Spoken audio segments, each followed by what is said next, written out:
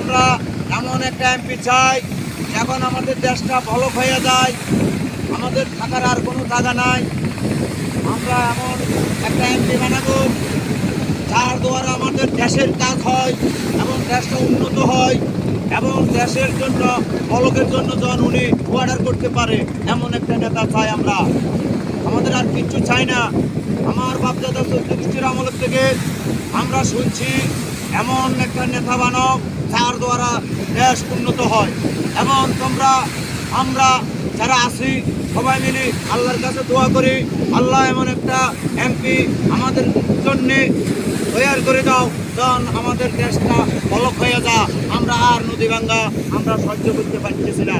দেখেন আমাদের নদী কি ভাঙা বাঁচতেছে, আমাদের ঘর বাড়ি আজকে আমাদের কিচ্ছু নাই, কত অবস্থান করতেছে, কত কষ্ট করতেছে লক্ষ লক্ষ মানুষ এই নদীতে।